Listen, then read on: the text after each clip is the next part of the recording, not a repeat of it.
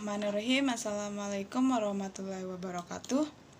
Perkenalkan, nama saya Baidudin Deswita Asih, jurusan Tadris Matematika, Fakultas Tarbiyah dan Keguruan semester 5, Universitas Islam Negeri Mataram. Kali ini saya akan menjelaskan tentang evaluasi pembelajaran, yaitu fungsi, tujuan, prosedur, kedudukan, dan ruang lingkup evaluasi pembelajaran. Sebelum kita masuk ke materi, kata evaluasi sering digunakan dalam pendidikan. Namun, banyak dari kita yang belum memahami secara tepat arti kata evaluasi. Bahkan, banyak orang yang mengartikan dengan suatu pengertian yang sama. Hal ini karena orang hanya mengidentikan kegiatan evaluasi sama dengan menilai. Karena biasanya aktivitas termasuk di dalamnya. Jadi, evaluasi pembelajaran matematika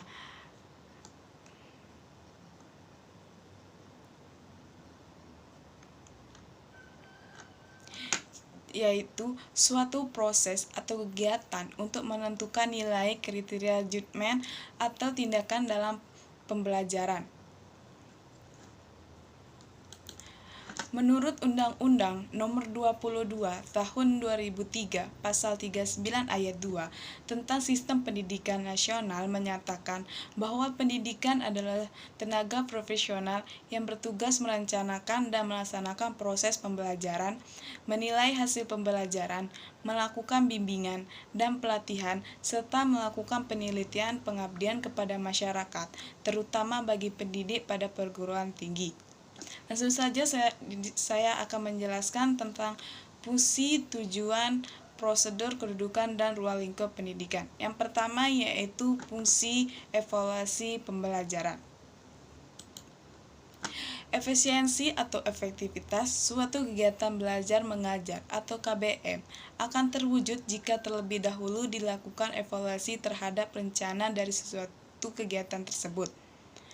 Peranan evaluasi begitu hakiki pada KBM. Informasi yang bisa dikumpulkan oleh guru dalam memahami karakter siswa, merencanakan pengalaman belajar bagi siswa, dan merumuskan tujuan instruksional didasari oleh informasi yang akurat, relevan, dan komprehensif. Fungsi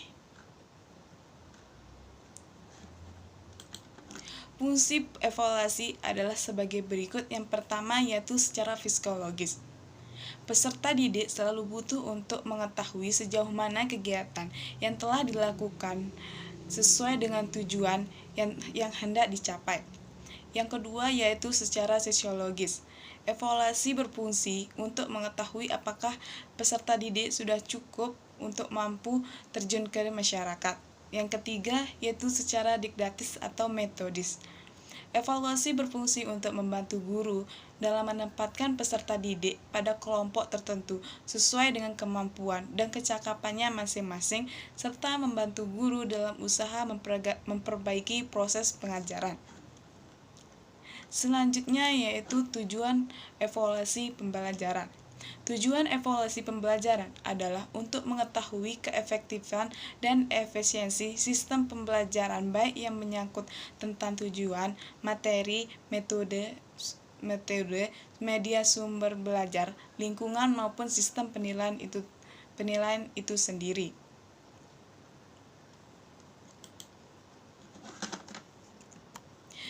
Tujuan khusus evaluasi pembelajaran disesuaikan dengan jenis evaluasi pembelajaran itu sendiri, seperti evaluasi perencanaan dan pengembangan, evaluasi monitoring, evaluasi dampak, evaluasi efisiensi dan ekonomis, dan evaluasi program komprehensif.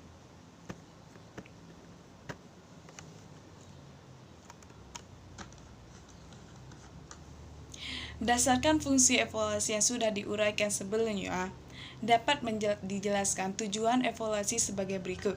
Yang pertama, evaluasi sebagai alat seleksi terkandung di dalamnya tujuan evaluasi, yaitu untuk mendapatkan calon siswa pilihan yang cocok dengan suatu jurusan dan jenjang pendidikan tersebut.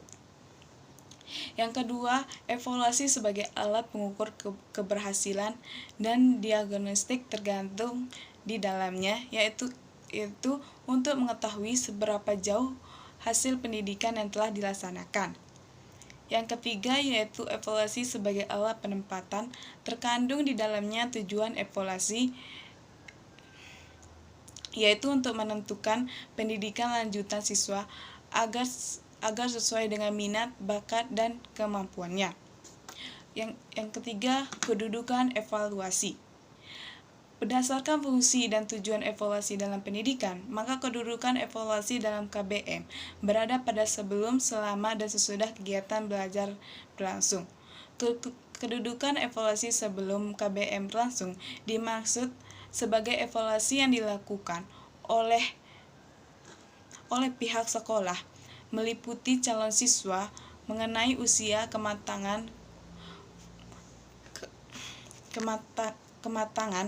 kognitif, kondisi fisik untuk pendidikan tertentu, kesiapan sarpas, atau bisa disimpulkan kedudukan evaluasi ini lebih pada fungsinya sebagai alat seleksi dan penempatan. Yang kedua, yaitu kedudukan evaluasi selama KBM berlangsung.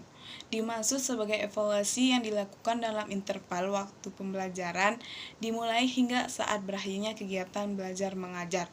Interval waktu itu dapat diartikan dalam suatu pertemuan jam pembelajaran matematika yang terdiri dari 2 jam dan 3 jam pembelajaran.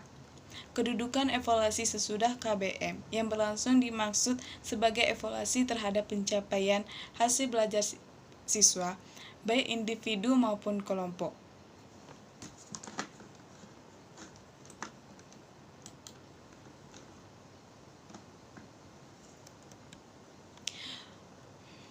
Ruang lingkup evaluasi pembelajaran. Ruang lingkup evaluasi berkaitan dengan cakupan objek evaluasi itu sendiri.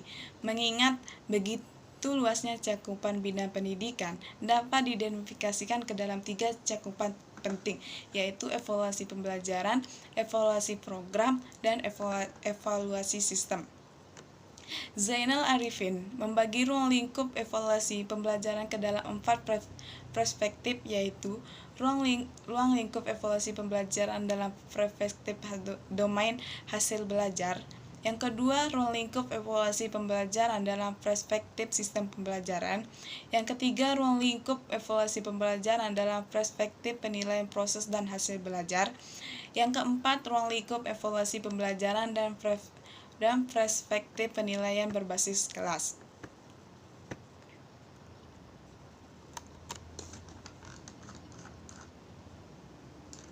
Secara umum, ruang lingkup dan dari evaluasi dalam bidang pendidikan di sekolah mencakup 3 komponen utama, yaitu yang pertama, evaluasi program pengajaran. Evaluasi terhadap program pengajaran akan mencakup 3 hal, yaitu evaluasi terhadap tujuan pengajaran, evaluasi terhadap isi program pengajaran, dan evaluasi terhadap strategi belajar mengajar. Yang kedua, evaluasi proses pelaksanaan pengajaran. Evaluasi mengenai proses pelaksanaan pengajaran akan mencakup kesesuaian antara pembelajar yang berlangsung dengan program pembelajaran yang telah ditentukan, kesiapan guru dalam melaksanakan program pembelajaran, kesiapan siswa dalam mengikuti proses pembelajaran, minat atau perhatian siswa di dalam mengikuti pembelajaran. Yang ketiga, yaitu evaluasi hasil belajar. Evaluasi hasil belajar merupakan langkah untuk mengetahui seberapa jauh target pembelajaran dapat dicapai. Evaluasi terhadap hasil belajar peserta didik ini mencakup evaluasi mengenai tingkat penguasaan peserta didik terhadap tujuan-tujuan yang ingin dicapai dalam unit-unit program pelajaran bersifat terbatas, dan evaluasi mengenai tingkat pencapaian peserta didik terhadap tujuan-tujuan umum pelajaran.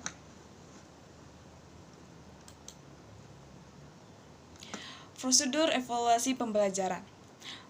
Prosedur evaluasi yang dimaksud sebagai langkah-langkah terurut yang harus ditempuh dalam melaksanakan evaluasi. Langkah-langkah tersebut merupakan tahapan dari kegiatan permulaan sampai kegiatan akhir dalam rangka pelaksanaan evaluasi pendidikan. Muhtar Bahri menyebutkan bahwa langkah-langkah pokok yang harus ditempuh sebagai prosedur evaluasi terdiri dari perencanaan atau planning, pengumpulan data atau clothing, verifikasi data atau verification, analisis data atau analis, dan penafsiran atau interpretation.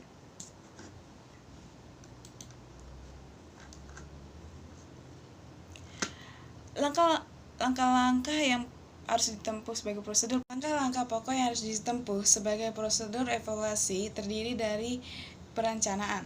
Tahap perencanaan atau planning meliputi kegiatan merumuskan tujuan evaluasi yang akan dilaksanakan. Tujuan ini harus disesuaikan dengan tujuan yang hendak dicapai dalam program pendidikan tersebut.